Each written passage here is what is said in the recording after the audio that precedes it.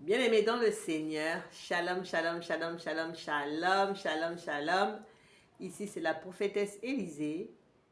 J'espère que je te trouve en bonne santé, que tu es dans la joie, que tu es dans l'allégresse, que tu es dans un total épanouissement en présence de notre Seigneur, le Dieu Tout-Puissant, le vivant, l'Éternel des armées, le Créateur.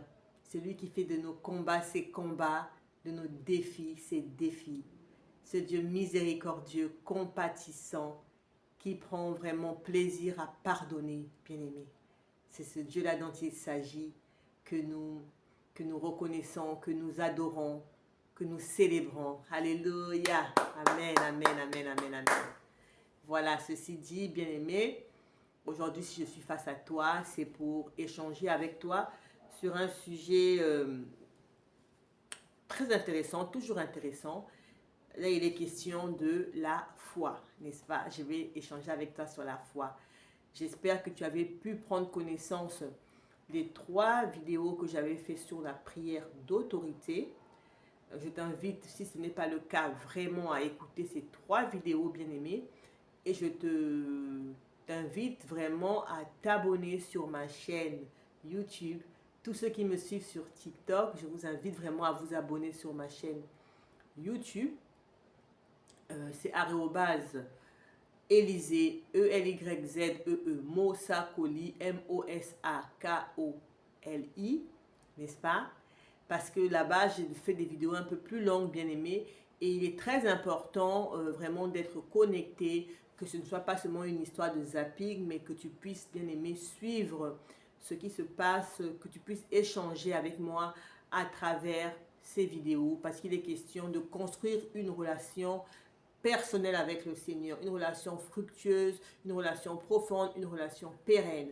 Donc vraiment, tu ne dois pas être un simple spectateur, mais tu dois être acteur, acteur, acteur, afin que nous puissions, toi et moi, par la grâce du Seigneur et l'œuvre de l'Esprit Saint, élever, élever, élever dans la foi, n'est-ce pas? Amen, amen, amen. Donc aujourd'hui, il est question de la foi. Hébreu 11, 1 nous dit que la foi est une ferme assurance de choses qu'on espère, est une réalité de celles qu'on ne voit pas. Et dans le 2, il nous dit que c'est par leur épreuve, par comment ils ont été approuvés, que nos anciens ont été reconnus dignes dans leur foi. Amen. Donc, je t'invite vraiment, bien aimé, à lire tout le chapitre 11 du livre d'Hébreu, là où il est question vraiment de la foi, et là où l'auteur du livre d'Hébreu nous relate un peu ce qu'est la foi, bien aimé, par rapport aux expériences de nos ancêtres. Amen. Donc, la foi. J'aimerais que tu me dises, bien aimé, toi, pourquoi tu crois en Dieu? Si tu me suis, c'est que tu es croyant et que tu es croyante. Donc, j'aimerais savoir que tu me dises dans les commentaires, bien aimé, pourquoi crois-tu en Dieu? Qu'est-ce qui s'est passé dans ta vie pour que tu puisses faire confiance à Dieu? Parce que dans foi, il y a confiance. Parce que tu peux être chrétien, tu peux croire en Dieu, mais ne pas avoir la foi. Oui, oui, oui, exactement. Tu peux croire en Dieu, mais ne pas avoir la foi. Parce que la foi, c'est une question de confiance. Et pour faire confiance, il faut connaître la personne. On ne fait pas confiance à quelqu'un qu'on ne connaît pas.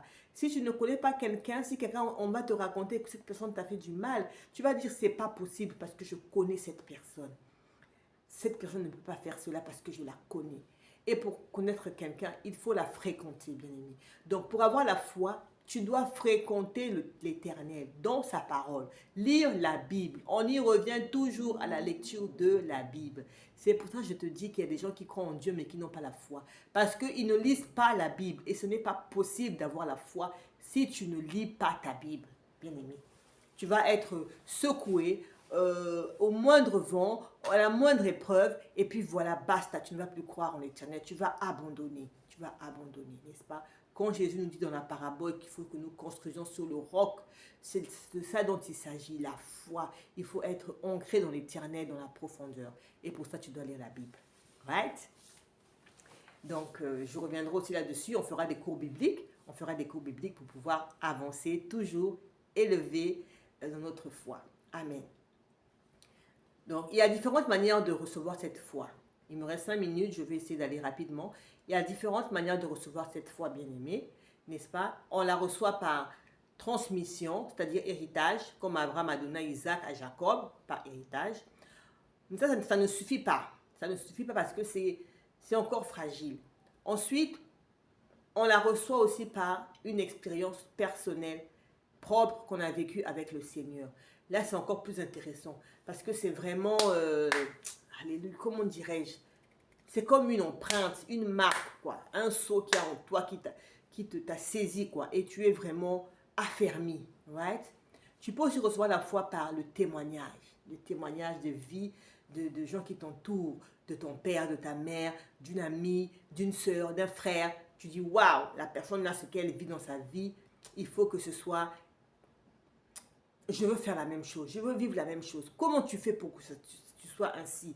Nous avons l'exemple de Ruth qui a suivi le Dieu de Noémie par le témoignage de vie de Noémie. C'est sûr que la Bible ne nous dit pas, moi je suis convaincue que c'est parce que Ruth avait vu comment sa belle-mère Noémie se comportait, avait des valeurs. Et elle s'est dit, moi je te suivrai là où tu iras, ton Dieu sera mon Dieu. Donc nous avons aussi cette foi, nous pouvons acquérir cette foi par le témoignage. Il y a aussi par un événement sensationnel, un miracle s'est produit quelque part. Un miracle s'est produit.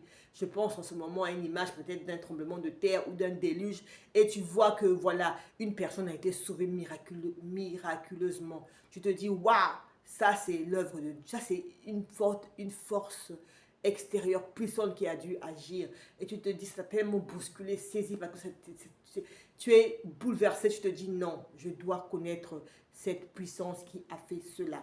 Donc voilà, bien-aimé, les manières que je peux te dire sur comment acquérir la foi. Par héritage, qui est le plus courant, par une expérience personnelle profonde, qui est vraiment très intéressant, par le témoignage et par un miracle. Par un miracle, bien-aimé, right? Mais le plus important, bien-aimé, c'est vraiment s'élever dans la foi. Parce que quand tu reçois la foi par héritage, tu es encore au niveau de bébé. Tu es encore au niveau de bébé. C'est une foi qui est fragile. Tu crois parce qu'on t'a dit. Tu crois parce qu'on t'a dit. Et beaucoup de chrétiens sont encore restés dans ce stade de bébé. Ils croient parce que non, maman, papa les emmènent à l'église. Et ils ne vont pas chercher plus loin. Non, il faut que tu ailles plus loin. Que tu crois en Dieu par le témoignage des gens que tu vois, comment cette personne-là vit de jeûne et de prière, comment cette personne-là donne sa vie à Dieu, pourquoi elle fait cela. Tu dois acquérir par les miracles. Ah, j'ai vu la femme qui avait des pertes de sang depuis 12 ans. Aucun médecin ne l'avait guérie, mais elle a seulement touché le vêtement du Seigneur. Voici qu'elle a été guérie. Elle a dit, si seulement je touche son vêtement, je serai guérie. Parce qu'elle avait entendu que Jésus-Christ guérissait des multitudes de malades et d'infirmes. Alors elle a eu la foi. Elle a dit, moi aussi je serai guérie. Et c'est ce que je souhaite pour toi, bien-aimé. Alléluia. Il faut que tu arrives à ce niveau de foi, bien-aimé. Il y a aussi, bien-aimé, la foi, du coup, comme je dis, par le miracle. Par le miracle, bien-aimé. Quand Jésus passait, il a ressuscité des morts. L'enfant qui était malade, lui, il allait dans la joie avec son cortège. Ils ont croisé un cortège qui allait avec un enfant. L'enfant était mort avec un cortège de pleurs. Et il a eu pitié. Et il a ressuscité cet enfant. Et voilà que une multitude a cru en Jésus-Christ. Celui-là, vraiment, on n'a jamais vu de pareil. Celui-là est vraiment le Messie attendu. Alléluia, amen. Donc, j'aimerais vraiment que tu puisses expérimenter ces différentes manières de pouvoir construire ta foi. Mais encore une fois, bien aimé, il me reste que quelques secondes. Encore une fois, tout cela passe par la construction d'une relation avec l'Éternel.